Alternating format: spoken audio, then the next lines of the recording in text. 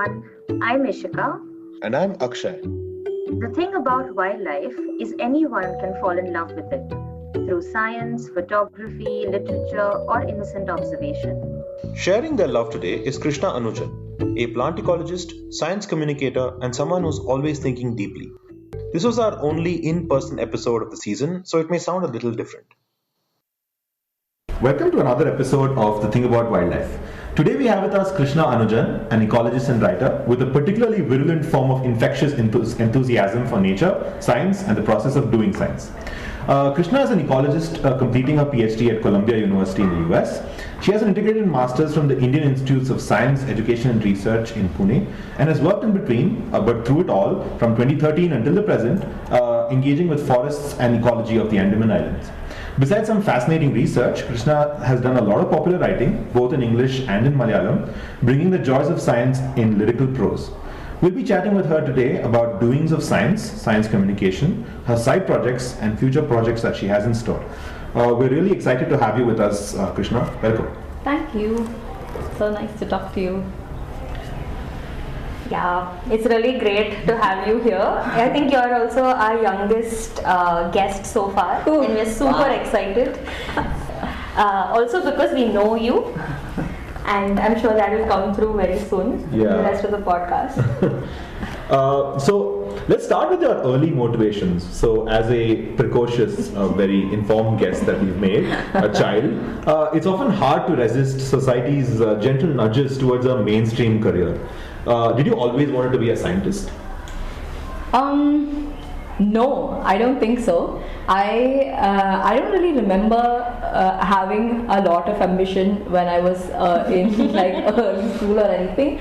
I knew, I think I vacillated between, I don't know, wanting to be an elephant mahout and, just really things I was seeing around me because I didn't have a fixed aim.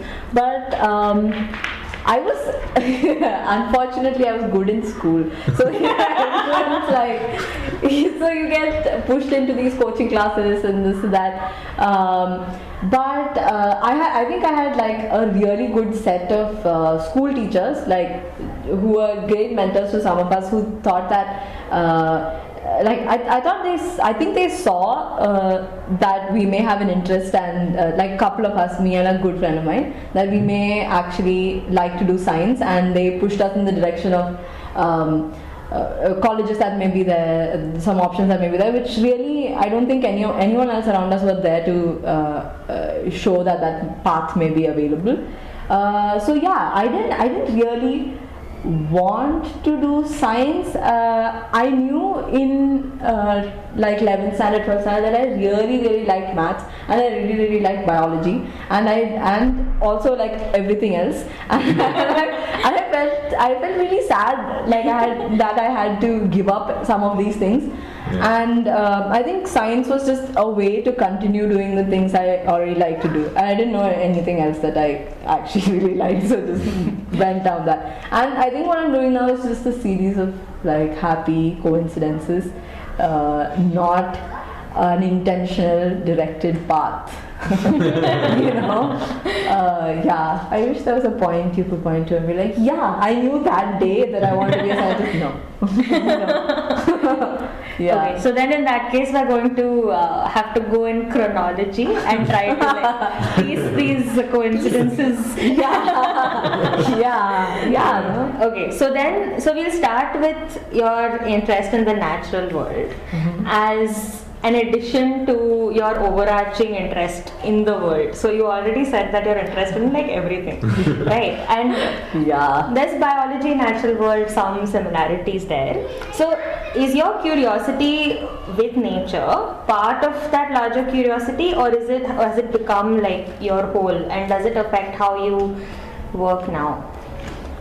I think it does, and I think maybe at an earlier point, maybe even during undergrad, I had a larger curiosity for a lot of other things, but I don't think I pursued any of that enough to retain the curiosity. Like I mean, I still read widely about a bunch of other things, but it's not a sustained curiosity, I would say. So So in that sense, yeah, the natural world is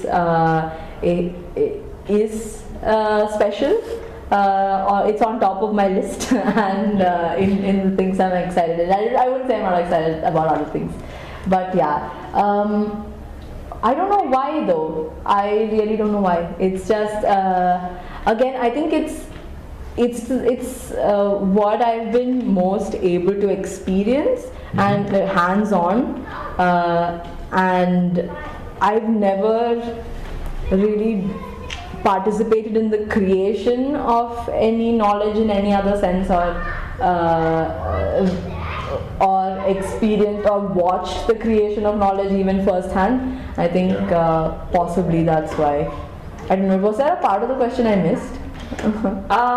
Maybe just how the fact that you prioritize the natural world affects the kind of science you're pursuing. Yeah. Yeah, I think I think a lot.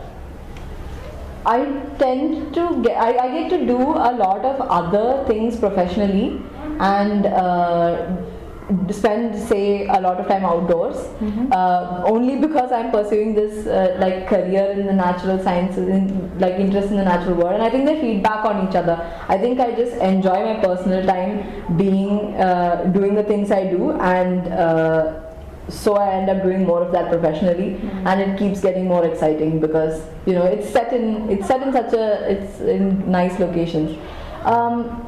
I do worry that because of these things, maybe it's not the most rigorous way of doing science, because I don't know, some of the other sciences I guess feel a bit more like hypothesis testing, and you have a framework to go with and you try to answer it. But I more and more I'm not doing that kind of science, I feel.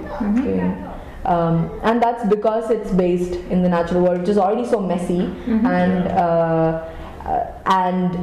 it's something you get so invested in that you get that it goes beyond like having to do just the science.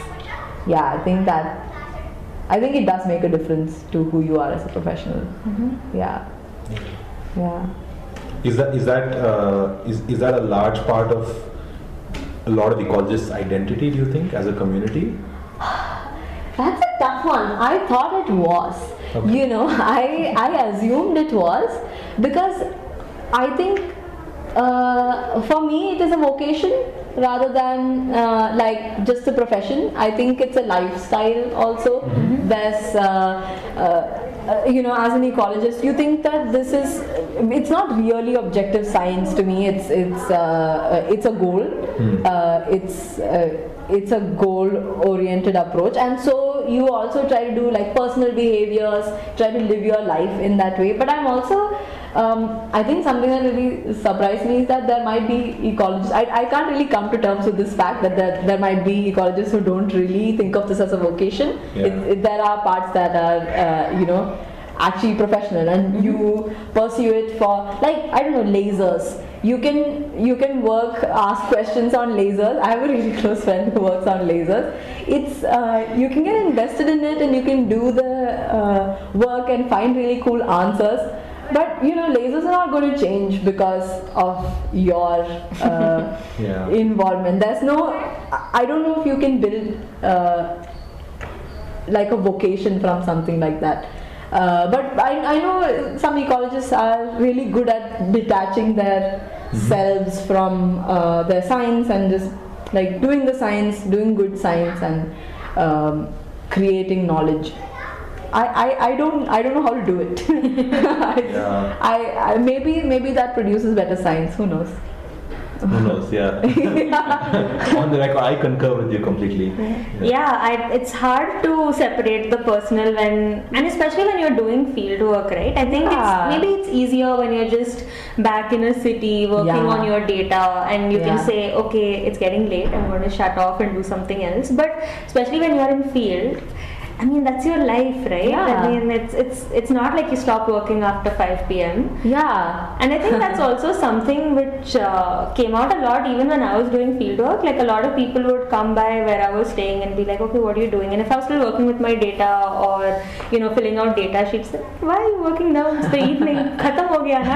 Like, you know, why? Yeah. But it actually doesn't end, right? It just becomes your whole life. Yeah. So, yeah, I definitely agree. I don't know how to make that separation either. Yeah. No, I don't think I overwork, okay, Shika. I don't think I'm like filling data sheets past 5:30. No. But I feel there's at least a sense of like the system following you wherever you go. There's something that it's you're preoccupied with it. That in an emotional sense. And I think that influences the science in a different way. I'm not in a position to say which one is better. But for me, this is what works. Yeah. I think we should go back to why, right? I think why this comes up. And after your early days and you did your bachelor's in IISER Pune, and we happen to know some of your classmates, and a lot of them are in the field, right? Right? A lot of them do ecology, a lot of them are in biology, and something clicked, something worked, I guess, which I think most of the IISERs end up having this proliferation of ecologists and biologists. And a common theme on our podcast, our previous guests have been either guests lamenting on the insufficiency of their training in the past, or if they're mentors themselves, they're like desperately trying to make things better and not as bad as it was previously. So you talk about this curiosity for science and then ecology now. Yeah.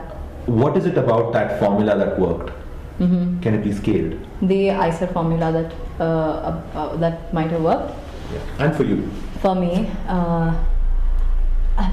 it's hard to pinpoint what exactly, but it's a mix of things. One, I think specifically because I was at IISER Pune and there was a large, there was a thriving biology community there. I mean, I think it's to their I don't know, it is a huge accomplishment to think that a bunch of batchmates who joined thinking they wanted to do like hardcore theoretical physics shifted to biology because they found it super interesting, and it's just, I think it's just a large community that existed. So it definitely set that was the baseline, I don't know, that was the foundation on which like we all we stood on. But there was also something, I think I can't really tell what it's like now, but I think I went to IISER at a time, at a really good time, I would say, because it was a small community and there was a lot of amazing energy, that there was like cross batch interactions, and there were a lot of interested, excited individuals who were really happy to work together and provide advice to different people. I think that energy really helped. So a bunch of us, I think, ended up doing ecology because we were all inspired by each other, and we would like, hang out with each other and do projects together or do field trips together.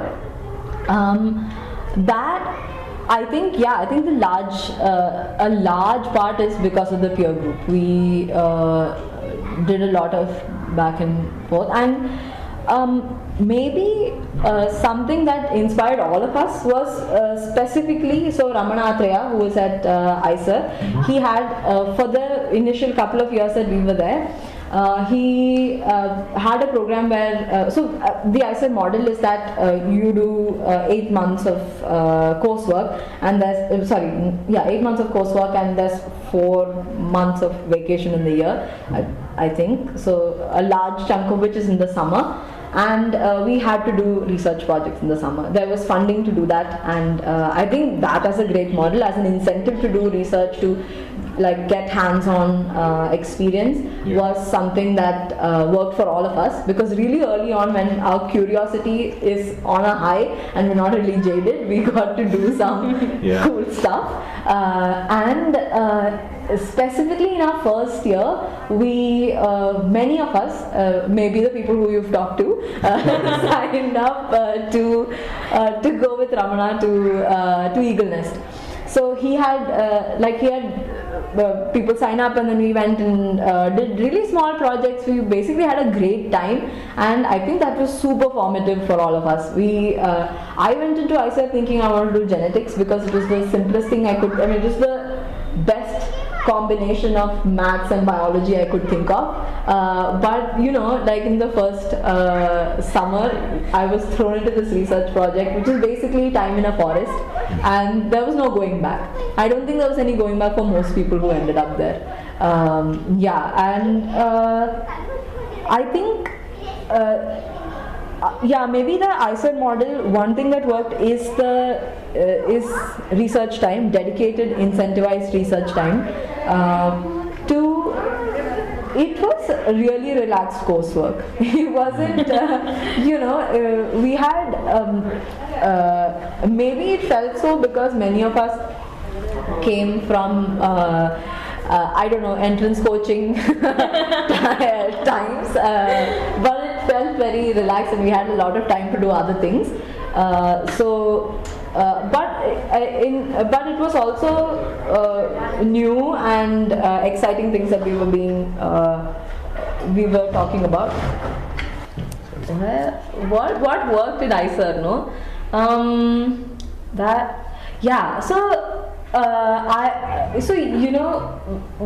Something that you said really struck a chord with me, that people think that they weren't trained enough. I don't know. I think the ICER model was really what really worked was most of the focus was on building thought process. It was not focused on subject knowledge. I think there's pros and cons to that. I really benefited from that. I don't know if I think my learning style really worked in that way, and I think the model was also built that if you need subject knowledge, there's textbooks you can go to that you could read, or papers you could read. But where I think that works for some disciplines, I've also felt a lack of training in the natural world sense, because I can't ID a plant. I'm working on like trees and I just don't know where to go to start with taxonomy or about to think about, say, what are the processes that create soils. Some of the really specific things that add so much value. I really envy people who went to like a structured course on zoology or like life sciences, or the more older traditional courses, because I think they cover a lot of breadth and there's information that you can go back to, although you may not retain all of it while you're there, I'm sure. So there's at least resources that exist. I think I came out of the course in not knowing where to go if I wanted to ID plants. Just in that sense, and I think I don't say that's true for many people, probably me. I have friends who came out knowing how to ID plants because they worked in dedicated plant labs.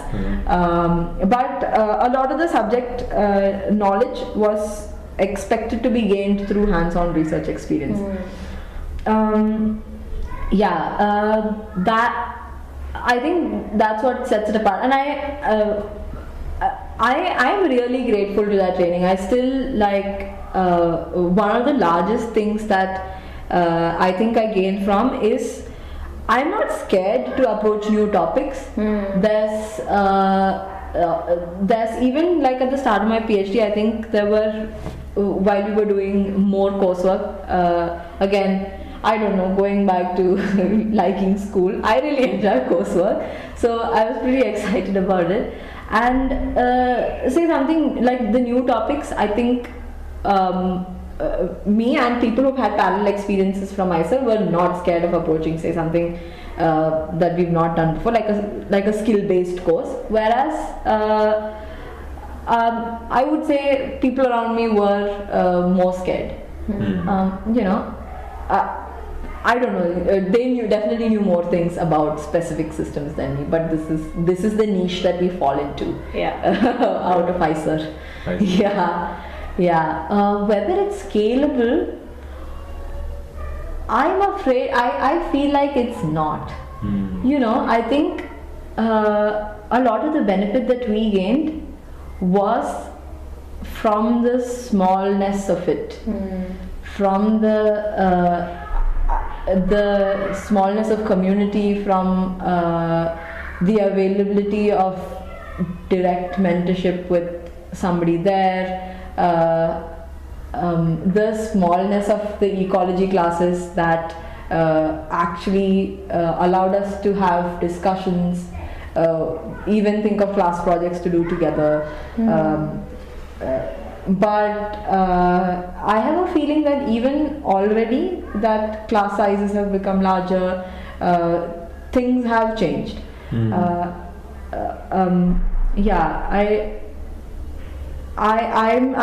don't know how to measure the scalability of it, but I feel it's probably not. Yeah. That does make sense though, because even when I look back at some of the courses that have most deeply affected me, whether it was masters or even some of the coursework I just did, it's the smaller, tinier classes which have the most discussion, where you actually get to see everybody's perspectives and the backgrounds they come from. And if you have like a good moderator teaching the course, that definitely leaves a much bigger impact than a really big class, even if it's a very interesting topic. Yeah. So actually, you know, because we are hoping a lot of people who are interested and not so sure whether they can enter the field will be part of our listeners. One thing I wanted to ask you is that when I was doing my 11th and 12th grade and was also very generally enthusiastic about science and biology in particular, for me ISA was a big option. And I was like, yes, if I want to follow pure sciences, maybe this is the route I should take. And then as I started studying a bit more of biology and it got worse in maths,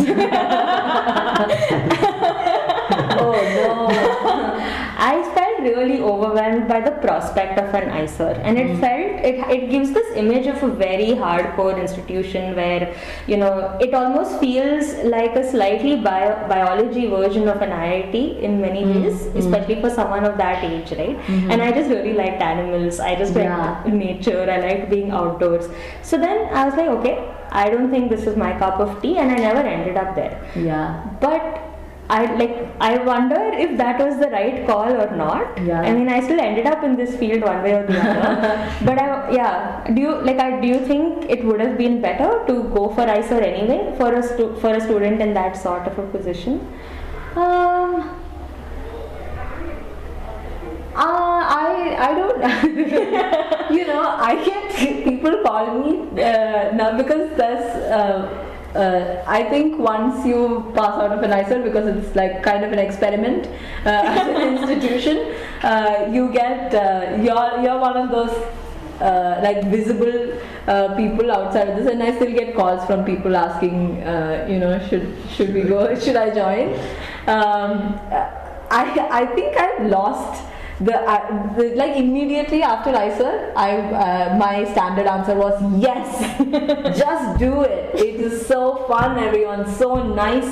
I really had a great time. Like I built my best networks there. I found kindred spirits there. Like everyone I like most went to ISER with me. So that way I was just like, go find yourself. But no, you're right. There's if you have something like a specific interest, I think maybe it's good to go to do something specific and like actually do the things on the side, because ISER expects breadth out of you, expects you to excel in maths at the same time as biology, expects you to do classical mechanics and like quantum mechanics. So good call on my part at least. You did well. if you got to look at like animals during instead of like having to do equations, and if that's what makes you happy, then yeah. Yeah. Okay. So Yeah. any kiddos out there who Who are not Yeah. sure. Who are not sure. Yeah, Okay. no, there's no way out of the like yeah, some of the physics courses or the chemistry. see now this is the full pitch. This is the full, this is the reality. You have to do all the chemistry experiments and yeah, you have to. I mean, I don't really know. Maybe you have to do that in regular colleges also. Like you don't just go elsewhere, but no, maybe you have to. No, a big assumption of our podcast is the survivorship bias. Everything the guest says is true for that episode. Yeah, I maintain. Yeah. Yeah. So after the temple of Isar Pune, Alright, beautiful. you worked in the Andaman Islands Yeah. for your thesis project, and then you stayed back there working with the National Center for Biological Sciences, and then you went back there for your PhD research, and you're just One back from wonders there. why. And that is the question. So I'm sure you have some left brain reasons for choosing the islands, things that go into your proposals. It's an integrated system. We're curious to know that and your right brain reasons. Why? What is your attachment to that landscape? Okay, quickly, what's left brain versus right brain? I didn't take my neuro course, no, nice. This engineer boy is teaching us biology. I had to Google it. I can show you my history. It's the non-intuitive. It's the left is the analytical part. Oh, The right okay, is okay. So left is like the objective reason Yeah. versus right is the. what does the heart and the mind say? Oh, great. Okay, okay. Okay, what? So the left brain reason, I guess. I guess it's easier for me to think of it as what is objective versus what is like emotional in this. So the reasons that I put in my grant proposal are that it's an archipelago which has islands of different sizes. It's actually a really cool system to be studying. Say questions of island biogeography or questions of say management, because there are different types of forests. We can look at even actually basic ecology questions. So some things I'm trying to answer with the system were to see whether questions of island biogeography, which is say by properties of an island, by the size and by the distance of it from a larger body of land, can we predict what species are there. But I wanted to take it to the next step of trying to see, okay, now if we can predict what species are there, can we also predict how well they function? Is it a more efficient system versus a less efficient system? Do larger islands have specific properties that set them apart? Do smaller islands have specific properties that set them apart? So things like that. And the Andamans is actually, I think it's a cool place to study all of this because it's got a spread of really different island sizes, different management types. There's a lot going on that in the real world influences how ecosystems function.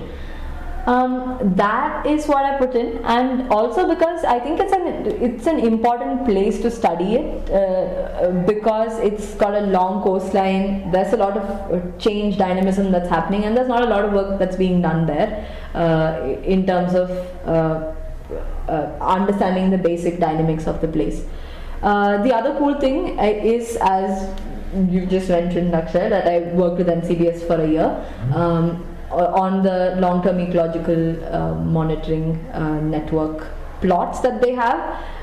So there are 2 plots in the Andamans, and as you know, everything is all trees in that plot are tagged, measured, everything is tracked. So often I think the objective reason is also, when you do research, that it's nice to have some existing baselines, some data sets that you can bank on if things really go wrong, say a pandemic develops and you can't travel to field or whatever. And then, but also it's a convincing reason that you can do some extra steps you can take your research to another stage if you say have the baselines already set. So I think it had some cool things like that going for it in the in the objective sense. But in all reality, specifically for my PhD, I didn't approach it in that direction. I really approached it with, I know the system, I want to work in the Andamans. How do we make questions that, you know, fit this place and be useful to this place?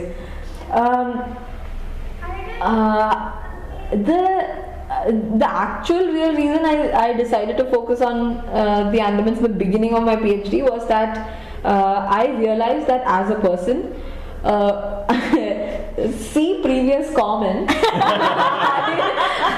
I really take a long time to get to know a system. I think some people are really good at it, you know, their understanding of ecosystems, understanding of tree species, all of that's translatable. So say you're working in the Western Ghats, you have an understanding of the like landscape, what are the things that are important, and then you move say to the Andamans and you can transport your knowledge and use it there pretty quickly. I'm not that person. I just take a long time to get to know a system, to know its dynamics, to then be able to ask questions that make sense, and to even to be useful in a place. It takes me a while. So I felt like I'd already invested some time working there and getting to know the system, and I was basically scared to move to a different place to then try and understand it from bottom up, to get to a position of being able to do some good science with it. I don't know if that was a good call or not, because I don't know, it's just not. But one large reason was that. The other large reason, I really love working in the Andamans. It's such a beautiful place to work in. It's I don't know, I've never lived in a place where you can you can take a boat to work, and then you get off at a beach, and then you like walk through mangroves, and then suddenly you're in some like insane evergreen forest, right? Like what is that like ecosystem diversity? I don't understand. It's just so new and it's so exciting. It's just, it is. I think the first time I did fieldwork there, I was just like, I want more of this. So, so most of it is that, and how do I get back to doing that? And I think a few times you do fieldwork in those forests, and like you kind of want to contribute to it in some way than I guess using the expertise that you build for use elsewhere, where you may be less useful. I don't know. Yeah, those are, and I don't know if this is a good answer. I love living at Anet. You know, it is. So for the first 2 years of my, after the first year of my PhD, I think the first year of my PhD was like really difficult. Thinking back, because it was a lot of coursework. Like I hadn't done coursework in like 2 years, because I did a year of research and like the research project, and then a year of working at NCBS, and it was a big adjustment. And I had just moved from the Andamans, from the idyll of a field station into like hardcore coursework to the first world. I don't know. So like throughout all of that, I think I was just like waiting to get back to like the familiar. Then I was like, if this is the place that makes me happy, and if it makes sense to do, if it's an exciting landscape to work in, I don't think I need to look elsewhere. Yeah. That's a culmination of reasons. I don't think our audience would have expected any of this. So, this is like nice. Full disclosure. I also. Again, full disclosure was like when I was developing my proposal in maybe year 1, year 2, I was going back and forth between I was pitching the Andamans, and people in my committee were like, this is not a great idea, it's the other end of the world, it's a lot of travel, and people were getting to people who were working in landscapes that were very close to the university, like in the same state or something like that, they could go every weekend and collect data and come. All of that was there, and then I was worried I was being really stubborn and pushing my agenda. But then I spoke to a few people who were very positive about if you have that a PhD would be the time to explore the landscape that you want to explore, and that should be your decision. So I was like, okay, I might as well try that. Yeah. Might as well push it. This is a huge conundrum, I think, that people also face at the application stage when they write their proposals to faculty. Like you're advised to not pitch the system, but pitch the system as incidental to your question. Right? Actually, this is a great system to test your question. Right? And that's a subtle difference, because if you don't do that, you end up not getting your universities of choice. I think it's good to know that you can make that happen by what you just described. But I agree. I think what you just said makes a lot of sense. I know that for sure universities prioritize applications that talk about the science and then use the system as an afterthought, or as the idea that this is the perfect system to test this kind of question, unless it's a specific conservation oriented program. If it's an ecology, evolution, behavior kind of program, definitely. There was something that you said that reminded me. 1 second. What did you say before this? That you have to pitch the place as a second thing, like as incidental to your question. As incidental to your question. Because if you do the other way around, it's sort of people have. I know people. And I think something else that I learned later was that your I don't know, I just described one of my reasons as continuity. Like I like continuity in context was important to me, but that I don't know if that's good advice for anyone. If like listeners are like using that as advice, I don't know if that's great advice, because I've also heard the other side of it, that when you're looking for a PhD application, people are looking to see if you are broadening your not just your conceptual thing, but broadening everything. If it feels like you are stuck in similar loops, they may not. That application probably carries less worth. So I guess luck of draw. That's true. True. And often that people tend to correlate that with your age, which is why young applicants are favored, because they automatically have an advantage because they haven't gotten time to get stuck. I see. That makes sense. That's so. It's unfortunate.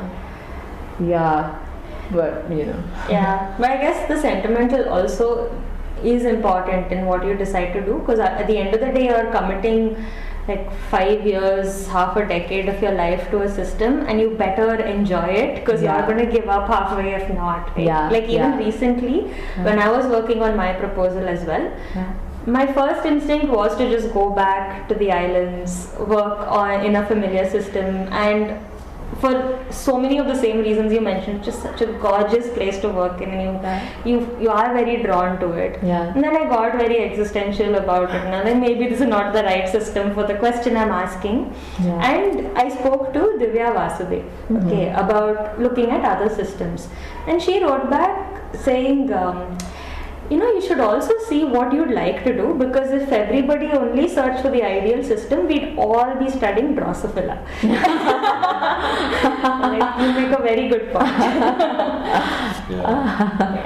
For our listeners, context about, you mentioned ANET, which is the Andaman Nicobar Environment Team, which is the base camp in the islands. We talk a lot about the islands in the podcast, so apologies to our listeners. The islands. The islands, yes. The only ones that matter.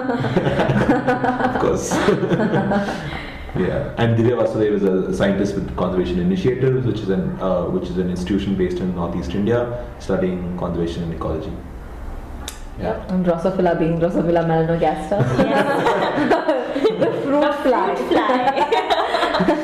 Yeah, like a banana. So, shifting gears now from your academic interest to your popular writing, right? You have this uncanny ability to accurately transfer scientific things to lyrical prose. Don't And know how it's- far that's true. well, I think we can decide as can decide. writers, right? And it seems to be true, and it seems to be effortless. I'm sure it's a lot of effort too. But this is something we've been wondering lately because do you think there's something disingenuous about inaccurate metaphors? Because, and it's not about canceling that, but if there is, if you know that you use analogies when you communicate science, but is there a moral responsibility to be honest with your analogies? Yeah, that's a complex question. First of all, I use a lot of metaphors in writing. I think that's just the way I think, and that's just the way I relate to nature in ways that I understand. And in conversation, I felt that that's something that's worked. Say when I engage with people who don't really do science, I think there's a balance to be struck between having to using metaphors to explain complex concepts in science that may not really have daily life analogies, but also I think there is value in a metaphor, in that we do get in science, we really get trapped in being accurate, and in that sense I think we are not well understood. That the accuracy is built on pre-existing knowledge. So we use a lot of jargon, and the jargon is accurate, and it means something really, really specific. That does not. It means say something like, when you say resistance versus resilience in an ecosystem, those are really different things, but in common speech they could mean something very similar.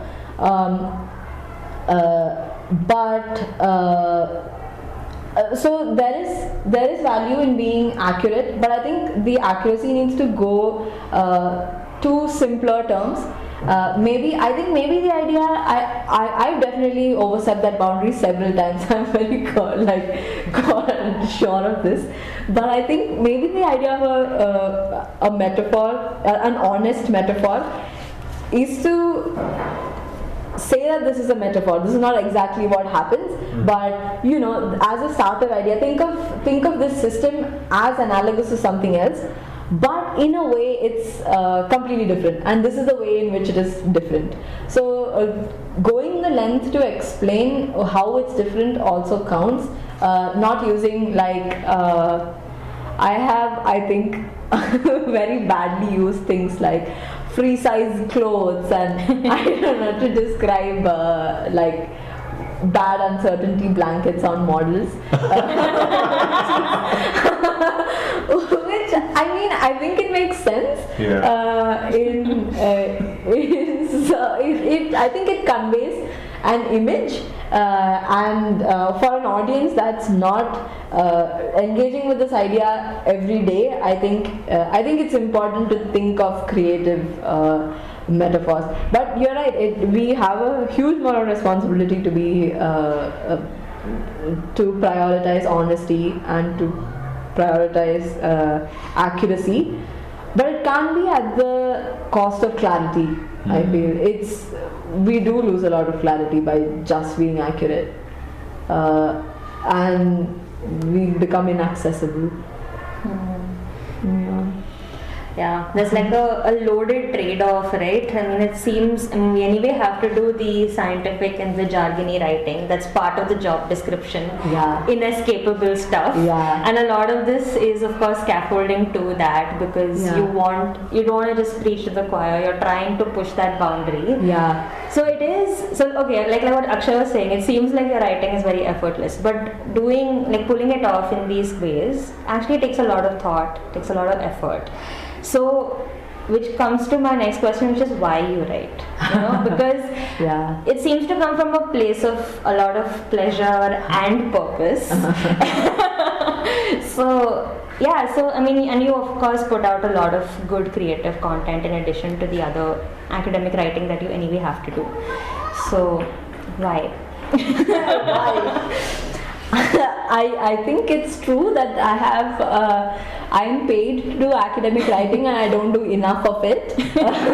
So because what I honestly just want to do is to like I don't know, write serenade the ecosystem with things. But I think I write mainly for pleasure. I definitely started off writing for pleasure because I was feeling really constrained by the kinds of things that academic writing was of the writing I was expected to do, and I felt like it really didn't accurately capture my experience or the things I understand about the system. It just really felt like there's a lot of nuance that's happening, a lot of complex stuff that's happening on field, happening in an ecosystem, but because academic writing requires you to go from idea 1 to idea 2 to idea 3 in a logical, clear way, that felt so artificial. Like it didn't really. It felt like constraining something that a messy system into something that's a linear narrative, and there was so much noise outside of it that I was dying to actually I don't know, actually even explore for myself. I wasn't really thinking actively about what the mess is outside of it, but just for myself I wanted to think where that mess leads. I think that's how, and I honestly, when I started to write, I was just not really sure if anybody wants to read this because it's too, I don't know, too hoo-ha. It's too, it's, I would say most parts of it are just too flowery, too experiential. Rather most of the stuff that I write, and I didn't know if anybody would want to read that format. It's a format I think when we write, we copy the people we like to read. Yeah. So I really like to read that kind of stuff, and that's what I was emulating. I didn't know if anybody else did, but turns out some people do, so it's fine. Yeah, so I get to write more. Yeah. Yeah, but also speaking about the audience that you end up reaching, right? I mean, the English speaking bubble in India it's tiny, yeah, right, in comparison to the other languages that exist. Yeah. And fact of the matter is, many people who do this kind of science, even to convert into this kind of popular writing, still comes from that niche, that English bubble niche. Yeah. And so that is challenging, because at some point when you're writing in English, you can only reach that 10% of the population that is speaking English. Yeah. But you're one of the few who's not entirely restricted to that, because you also write in Malayalam, right? So tell us a little bit about that as well, because you seem to have not only once in a while written in Malayalam as a token gesture, but you've actually done it pretty consistently over time. So what is that experience, and how different is it, even in terms of the people you reach and the response you get from both kinds of writing? Yeah, I wouldn't say so. I would be inaccurate to say that I write in Malayalam. So I work very closely with my mother, to produce articles in Malayalam. I mainly write in English, Okay. and she translates it into Malayalam. So she writes, she translates, she does. She actually writes in both languages. So actually all of the Malayalam writing or actually some of it has come out with only my name on it, and that's some like issues that we're dealing with. It's very messy down that road. I don't know if we want to talk about it, but but all of that is work that I've done with my mother. But I agree. I think that a lot. Even so, a lot of the writing that I read is even the science, creative non-fiction science, which is what I'm calling it, because so that's the niche. So all of that I read in English. I don't think there's a lot of regional content regional language content that's coming from this, and I only can read and understand Malayalam, so I don't know how other languages are doing in this sense. But it's I think there are audiences everywhere with an interest in nature. Like especially, I think nature is a huge connect for everybody, right? This is something that you see every day. This is something you think about every day. So people actually do like to relate their experiences and try to get to know things deeply, which is something I've understood working on these writing assignments. I honestly think that I don't know, this was a stroke of good luck that I got to do the kind and amount of writing that my mother and I could do in Malayalam. And it was a weird opportunity. It was a really ambitious opportunity. We did a column for Mathrubhumi Weekly. We did it. We've written 23 articles, and we're supposed to write 2 more. I'm procrastinating on that. But it seemed like a huge task.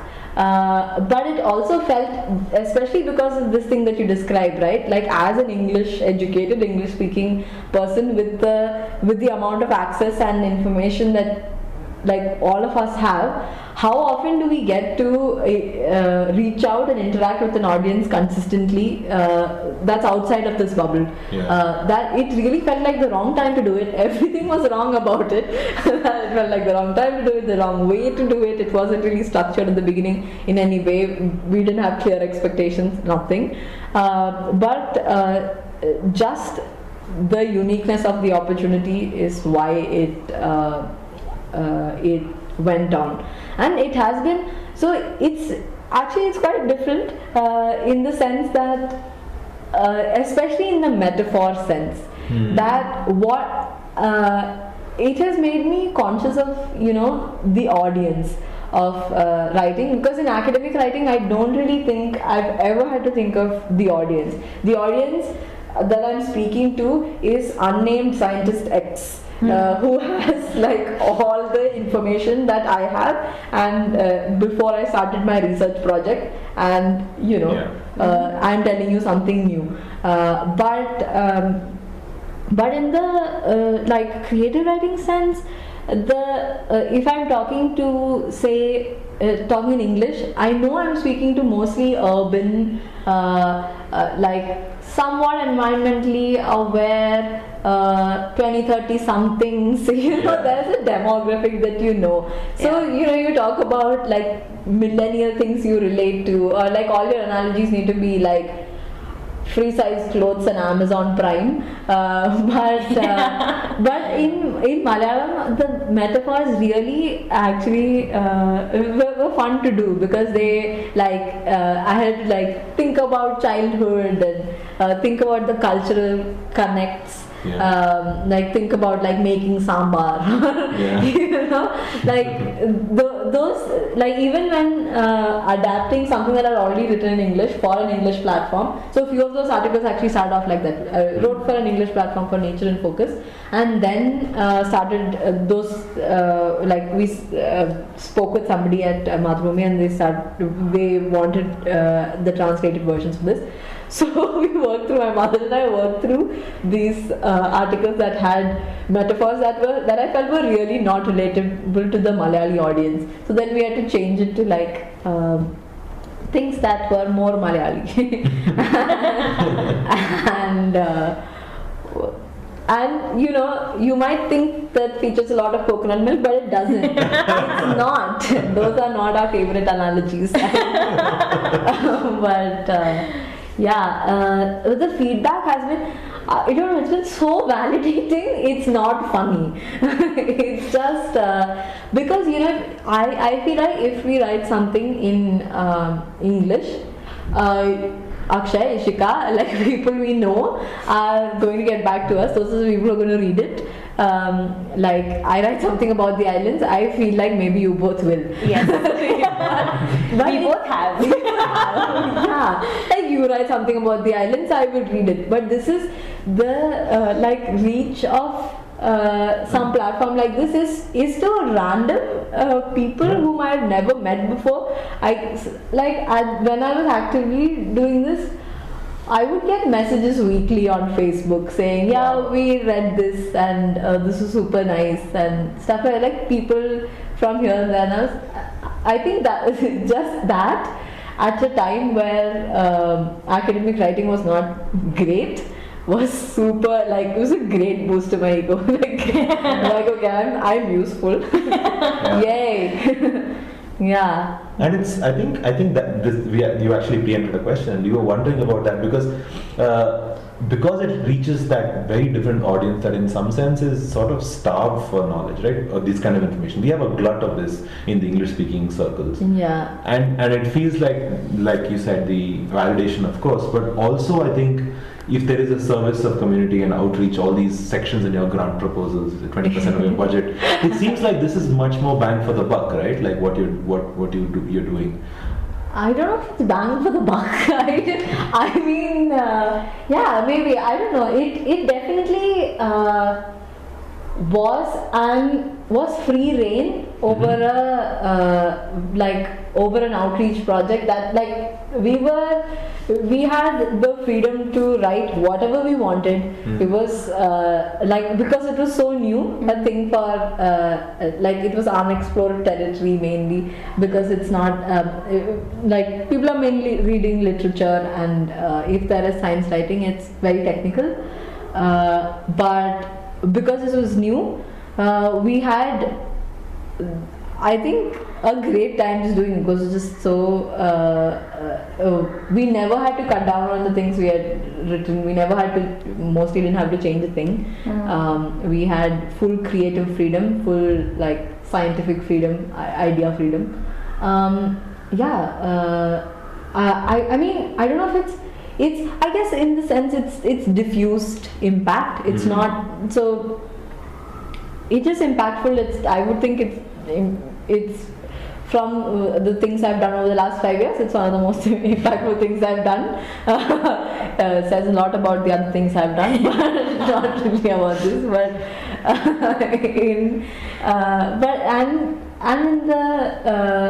But in the sense that it's not really tangible, directly observable impact. It's diffuse. You don't know how. I really don't have an actual idea of how many people are reading this, or whether they're going to be inspired to do something. It's blind to the other side. It's just it's not a talk where you have feedback at a It's like a Zoom conference. Yeah, it's like a Zoom conference. Yeah. Yep. That's probably the closest. Yeah. Accurate analogies. Also, we have a lot of questions about scale to our guests, because we're always trying to understand how this can reach a broader audience. So this approach with this experience, writing in Malayalam, obviously with someone like in your case, your mother, who probably is more comfortable with doing the required writing. Do you think there's a scalable model here again? Is this something because I'm sure most of us in the wildlife community or in the ecology spaces in India and abroad who work with local communities want to do this in some form or another, but the barriers are so high because it's not like, because I often see this, at least with Kannada, you see these really bad translations that are just literal, right? Either they're literal and they're just completely confounding the meaning, or they just write English in Kannada. Oh, the words. They write it in the script. So that's even worse. So do you think there is a way to do this with less pain for us? I mean, in the best case scenario, the scientist speaks the language or the communicator speaks the language and directly translates the ideas onto the thing, but I don't know, it is tough being it is tough enough to know multiple languages. It's tough to be creative in multiple languages. So I think it is having a translation, having somebody you work closely with to translate is important. I think there are few amazing people in the wildlife circle who actually do write regional language things themselves, like Jagannathan at NCR. But there's so few. There's that's not a talent pool. That's a person.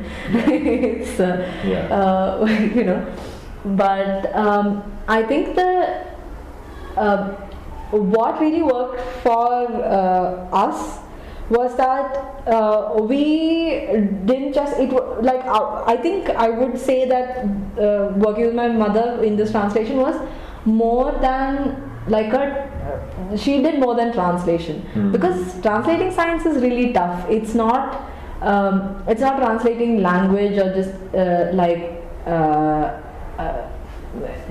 as in, it's not just human experience that you're translating concepts, you're translating a whole bunch of things. I think what a couple of things that really worked, I guess I'm thinking if it has to be scalable, was to have an understanding, to be able to do that as a team rather than as a chain of workflow, because it also helps even so for me I would it was translation, but then I mean I can read and understand Malayalam fairly well. I can I read, so she we did that back and forth a couple of times. So I would write in English, then she would translate it, and then come back to me, and then I read to see if there are inconsistencies or if it didn't really exactly match the idea that I was trying to convey. So we did back and forth 1 or 2 times for each article, which I think tends to happen because the person who's what you just described, right? The person who's actually translating may not hold all the information or the knowledge to be able to do accurate regional language translations. So I guess I think we do this in a decent way in terms of design, right? Like art design that we do in the conservation circles, we do it very well.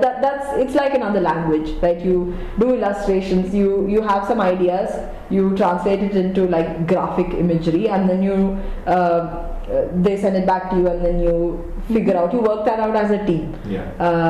I think that kind of a model for translation might work, that you identify people who in some languages who have some expertise working with this, who can do technical who have some technical understanding. I mean, I don't know, I love my mother and she's really great, so I think that's what actually really worked. We also have I don't really know if it's scalable, because to be fully honest, I think our mental spaces are very similar. So that really worked. So we have a great working relationship that I think a lot of my imagination, my metaphors, which end up in writing, are also a product of her upbringing, my upbringing through her. Yeah. So it's a truly reciprocal relationship. Yeah, it's a truly reciprocal. Yeah. So in that sense, we get each other, which is easy to, which made a lot of things very easy. And I know it's not very easy to get teams that vibe well. Yeah. Absolutely. I mean, one progress that some of the journals are doing is bilingual abstracts, and the second language is often what the field assistants or the landscapes are. Oh, that's so cool. Yeah. So, okay, like speaking of talking in different languages, it brings us to our next question. Does it? Okay. So there's also a stereotype of communicating your science to the forest department, right? And you've done a lot of that, and some of it we know has been good, some of it has been verging on bad. And one risk that we often run is that you don't want to be patronizing, you don't want to come across as somebody holier than thou, but at the same time you can't take jargon to a lot of the people who work there either. You still need to give them reports and recommendations in a way that is directly usable without it being very sciencey and just utterly useless. So is this actually a problem? Does this actually happen or not? And if it is an issue, how do you strike that balance, and how do you speak that language without? Yeah, I don't know. It is. I think you're really right in saying that it's a different language.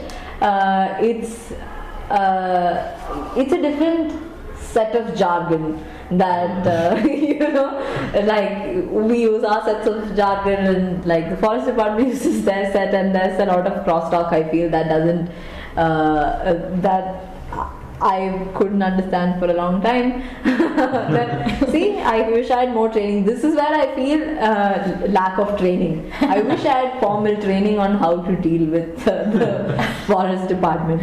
But I don't know. I haven't reached the point ever of trying not to be patronizing, because most of the time I'm just terrified myself, because I feel that it's not an equal power relationship. Like when you're in a forest department office, we're always at the receiving end of their favors or not. It is a transactional. I've only been able to do a transactional relationship with forest department officials. I think it is enviable, and it is aspirational to be able to actually have a collaborative kind of relationship with someone who's actually doing management on field or has the power to make decisions on field. But in that sense, I've only ever tried to like transactionally make myself clear that, so that I get permits, or I get what the stuff that I need. And I think a lot of learning that language is just practice. It's really I haven't figured out a way of how to like learn that, I don't know, top down, bottom up, in a structured way. This is it's just how to deal with people, how to deal with situations, that unfamiliar situations. I don't know. So you must have had some hilarious conversations as well, right? that where left you dumbstruck. We had one of our guests who was asked, "Kitna mileage deta hai?" about a turtle, which is how much mileage does a turtle give? And even in the Andaman Islands, I was seriously presenting my work to the PCCF, and then he stopped me and he's like, there's a water problem in South Andaman. How can you fix that? so can you tell us about some things like that, if you had any, or is something that where you're suddenly asked questions that you're not prepared for and you have to deal with? How can I? Okay, no, I feel that has been the large part of my experience. The majority of questions that I have been asked in a forest department office, I have been unprepared for. I don't know. It's but I've definitely had some had some pretty hilarious ones. So maybe the one that really struck me once was we were I was presenting at a permit meeting for 2 of my permit proposals that were happening that I was presenting at the same time. So for an hour and a half we discussed, we went back and forth about the science, the applicability of this, or does it even make sense? Do experiments even make sense? This is like an ICU system. Can we really understand anything about the system from this? We were actually debating the validity of experiments. So it was like 7:30 p.m. in the evening or something. It went on for a really long time. 2 presentations. At the end of which, somebody just turned around and asked me, what's the weather like in Buffalo, New York? Which I had no idea of. I've never been to Buffalo, New York. I was no. So it turns out this person had, had been on deputation there or on some workshop thing there, and that was a point of that was banter. As we grilled you, but let's get to know each other a little better with common geography. Really threw me off. I didn't know what to say. I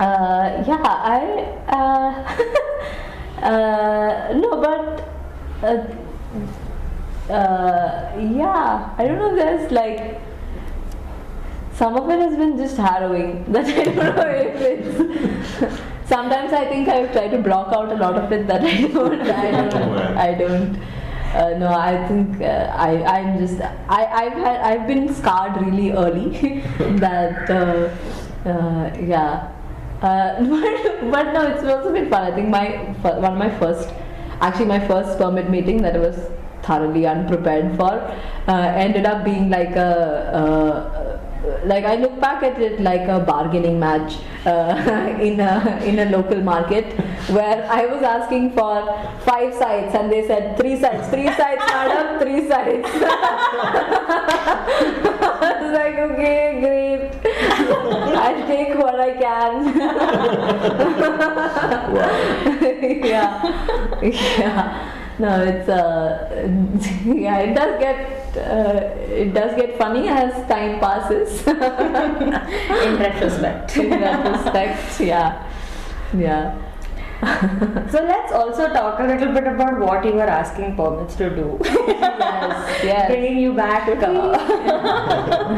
that. Yeah. I mean, we both, of course, know you fairly well because we've all shared time and space at ANET.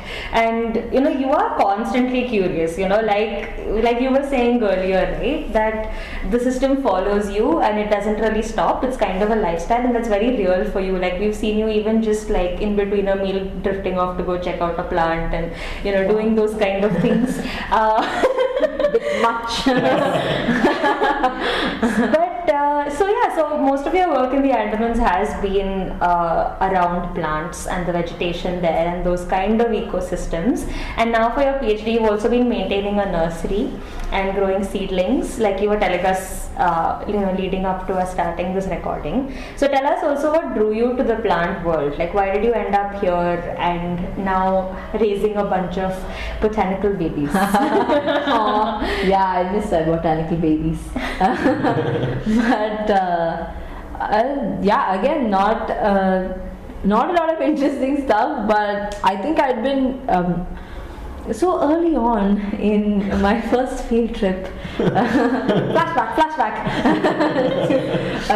So the first it didn't really have any consequences. The first time I worked with plants was actually for the first summer that I worked in Arunachal with Ramana Atreya in Eagle Nest, and that was purely random. The fact that I was in a project looking at plants was fairly random, and I wasn't like so excited about plants at that point. I don't look at things that moved and were more interesting, did some things, but and I don't know, like irritatingly people called me botany auntie at that time, which I wasn't happy with. So the auntie thing didn't trouble you? No. Auntie was fairly obvious. Like one cannot resist auntiness. So that I was like, okay, fine. But then, so I think I did my other projects later that didn't have anything to do with plants. But I think I don't know. It just it really seems like data with plants is much more reliable. It's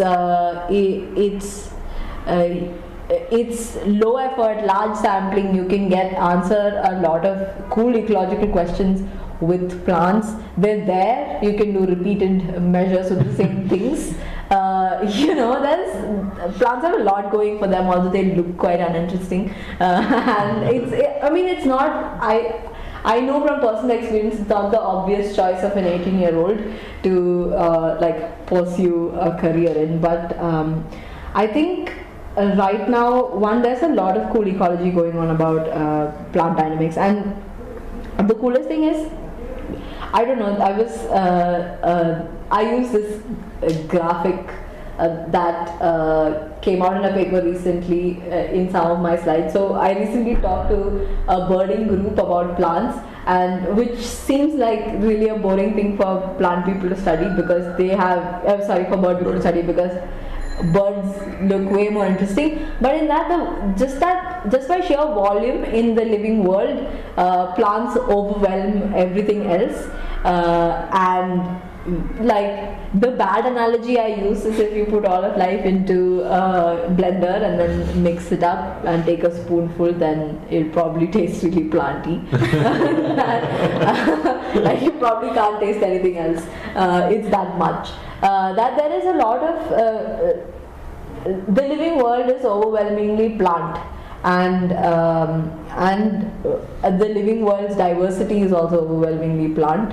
And they do a lot of interesting things that we're only starting to explore, and I think that became obvious to me much later. And I think even when I was doing my master's, I wasn't so like plants were again something that I studied as a side thing, what I was working on was looking at the effects of cheetah, of spotted deer in the Andamans, and plants was something that they had an effect on. They were like passive, but then I think through that time, through actually being in forests, you see that there's so much you can, so much to know, so much to ask, so much to explore with plant life. They're there. They're just like I was just reading something that Nandini Vello, like the profile that Roundglass Sustain did of Nandini, and I think she said that whether you realize it or not, the first thing you interact with in a forest is a plant, which is true. It's true. Yeah, which is quite nice. Yeah. In the I mean, completely concur with all of that. You must. I have to. And something that one of our mentors at the Masters in Wildlife Biology program at NCBS, Ajit Kumar, says is, I think I remember is like, it can't just be this covariate in your study, because it will be for all of you. So you need to, you better know your covariate at least. So it's one way to look at it. Before the interview, you mentioned to us that your questions you are currently thinking about, which is sort of meta science, which is not the questions themselves, but what motivates scientists to ask the questions. Yeah. So what motivates scientists to ask questions? I don't. This is so. This is, I think, part of my personal existential crisis of what is motivating me to ask these questions, right? I think I had a journey during my like the beginning of my PhD to where I am now. The question that I'm asking has changed, and it's changed to it's changed due to many factors, and I cannot accurately pinpoint what they were. Like what were the reasons that actually led up to this. I can't answer for myself right now if you ask me. I started my proposal at the beginning of my PhD was to look at so in the beginning, before my PhD, I'd been looking at large herbivore interactions. I was looking at cheetal and its interactions on forests, and I want to explore larger invertebrate networks, so invertebrates and their effects on forest dynamics, trophic interactions, but from the side of invertebrates. That was something that I wanted to look at. Then a whole bunch of things happened that I don't really have like it's a bit of a muddle. Then I ended up focusing right now on my larger PhD research question is to look at how diversity in a tropical landscape affects productivity, which is how fast trees grow in per unit area, how much they gain biomass, which is something. So productivity as an idea, that's where it came from. That it is an idea that is very commonly spoken about in ecological circles. So because it has really direct implications to, say, the carbon economy. So having a more productive forest is good for carbon, like greenhouse gas mitigation and stuff like that. And then you say that having a more productive forest also has positive outcomes. So many other things we want from forests. But really, what even when we're measuring things at large scale, what we are actually measuring is just productivity. We're not really measuring a bunch of other things or these other things. So it was confusing to me why we are still very focused on this productivity idea. And I may not have been confused had I not been very had I not had to explain my research questions to people on field. So there's a distinct dichotomy in how people react to this idea, whether I'm talking to field staff at a field station or to a bunch of managers, land managers or forest department people when I talk about productivity. So in the forest department I get nods. Everyone is on board with productivity being a goal, is great, we like this. But for somebody who's actually like people in a field station at Annette, are people who live and use forests and they live very closely with it, I would say much more than people who are in forest departments and like managing it through multiple levels. So just purely from the perspective of somebody who's in a forest landscape, productivity is not important. It's not really something that people think about. It's so hard to explain.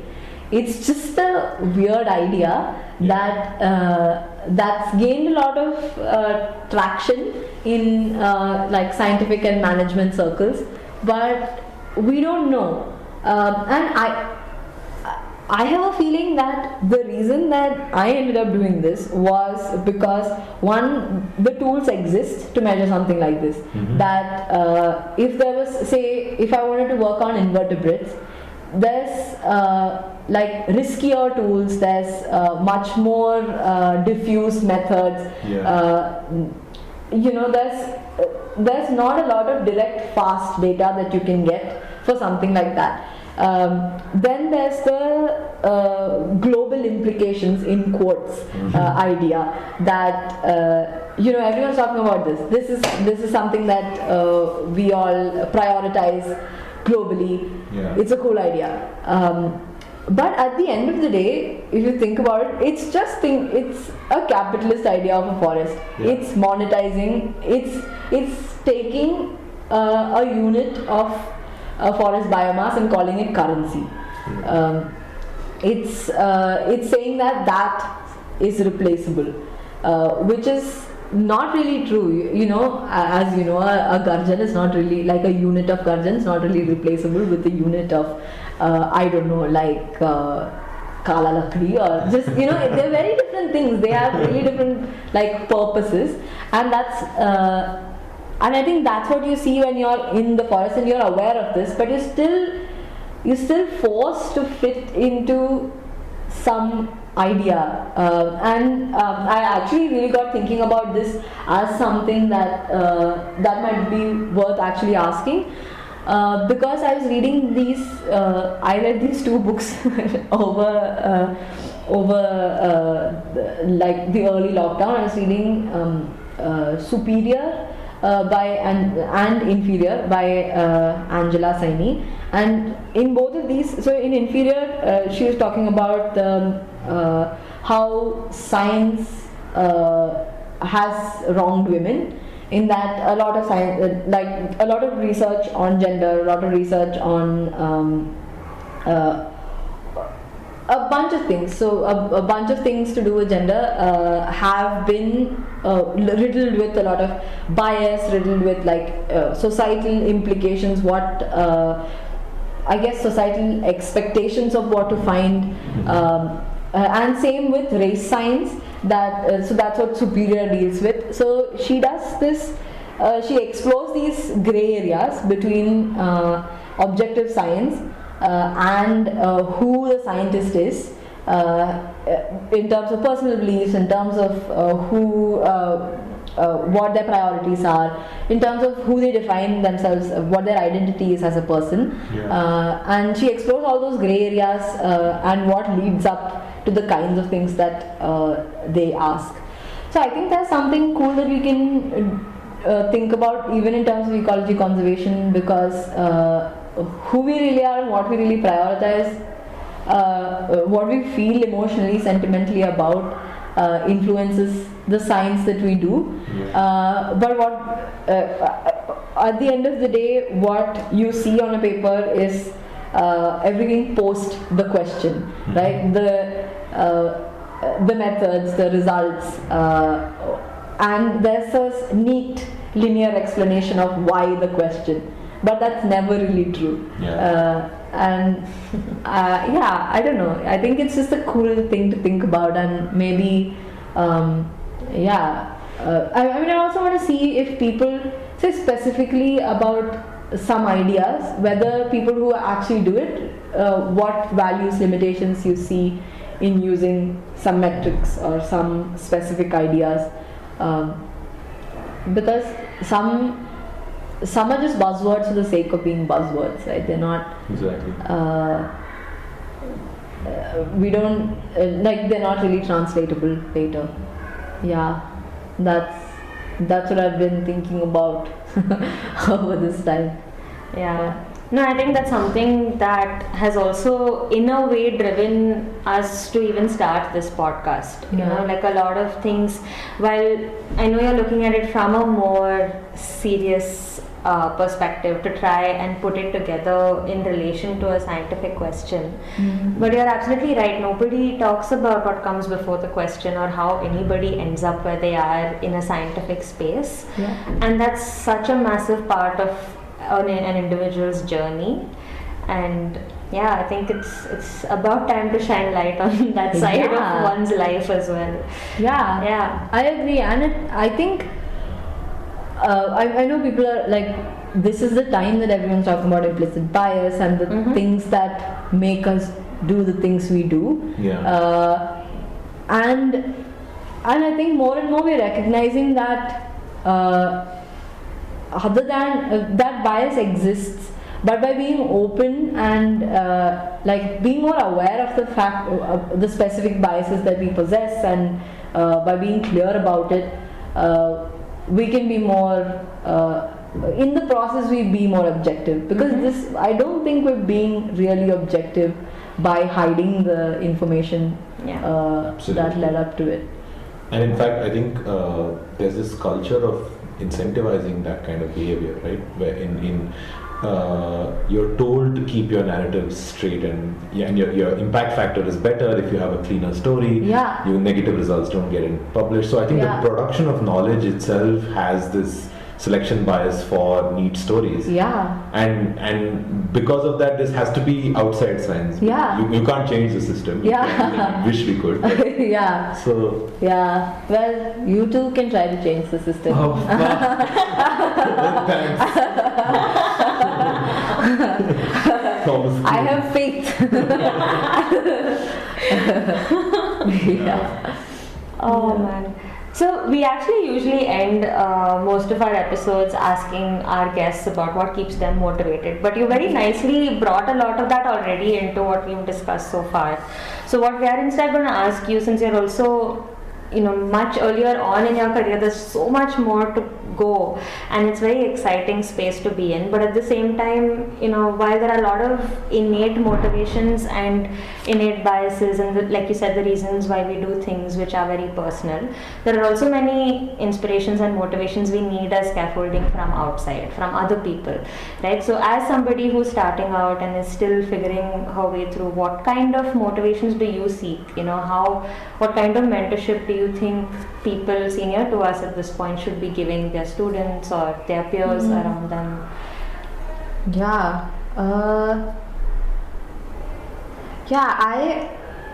As you said, I'm like really figuring that out for myself right now.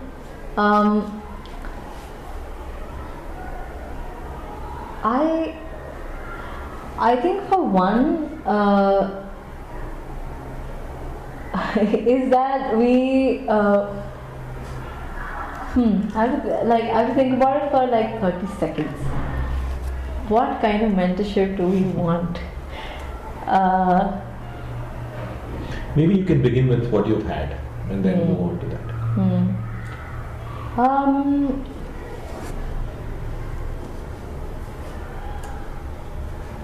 So what I've had and what I've had positive experiences with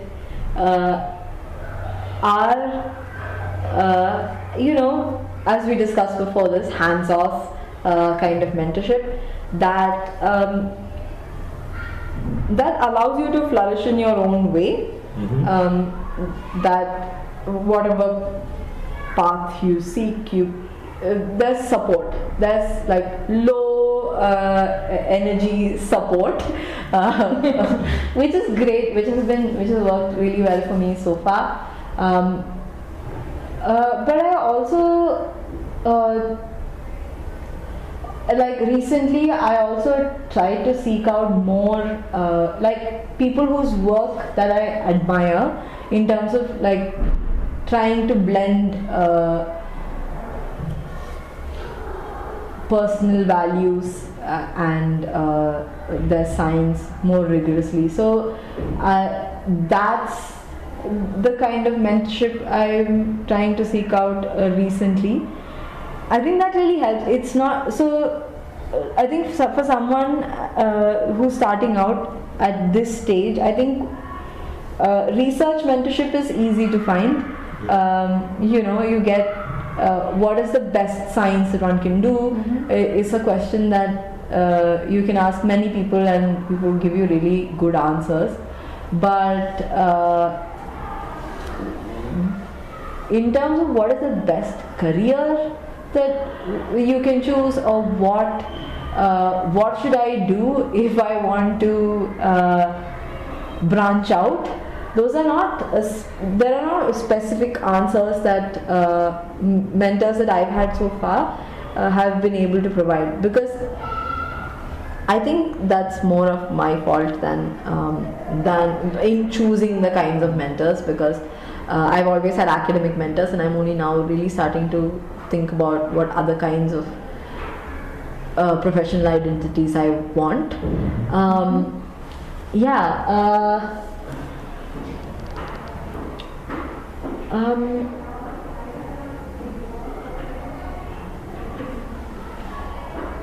I don't know. I think I don't know if your experience in this has been different, but I've very rarely had soft skills mentorship. You know, very rarely had pep talks about go network, or what are the things I should be doing as a professional, not just as a researcher at this stage. It's something that I just have to watch people around me and do. You mimic rather than being like, there's no facilitated guidance that I've received for any of these. Maybe I could have sorted more. I didn't even know that this is something I should be seeking. And definitely, I mean, I've heard of these mentorship circles where people help each other set goals over the next 2 years and try to achieve those things. I mean, I've heard that in the context of, I think the British Ecological Society has a mentorship circle, like a women mentorship circle that does that. I think models like that sound interesting to me now, and that's not something I would have thought of at an earlier point, like starting out. Because I think this is one of those ICER things or like science things that you get told that asking the best question, doing the best science, doing the not even the best writing, just doing the best science will get you further in the world or will get you where you want to go. Whereas that's not really true, and you're not. I've only recently started to think about what are some of the other things I should be doing, and even coming to terms with the fact that networking is not bad, or some of the things that as scientists we are taught are or selling our work, being even the like metaphor idea, if you like expressing is not great for a scientist. All of those like coming to terms with like multiple things that that scientists are not especially expected to do. I think that would be mentorship that would be really valuable to have, and how to do it well, because you can always overdo a bunch of these things and you can always do them really badly, and without like the guidance of people who do it well, it's so easy to like do it all really badly. This is extremely important, and I completely agree with all of what you said, especially now, right? I mean, the academic market has never been this flooded as it was. Right? So, and it's only going to get worse. I didn't know this. Somebody should have told me this before I started my PhD, that 10% of like PhD graduates get tenure track jobs. Is that funny? I don't know. It's not. There's a job market out there. There's things you're expected to as a professional that academia really doesn't prepare you for.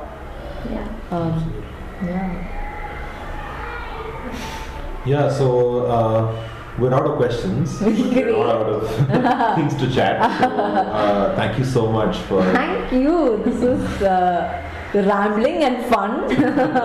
That's exactly what we wanted. So we'll probably get back in touch with you a few years later for more stories, more insights. I'll be like, I don't know what the internet connectivity in the islands are going to be at that point. We'll see.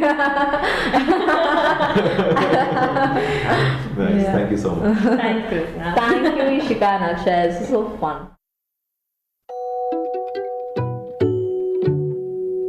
We had a great time recording this episode. We hope you enjoyed it too. Thanks for listening.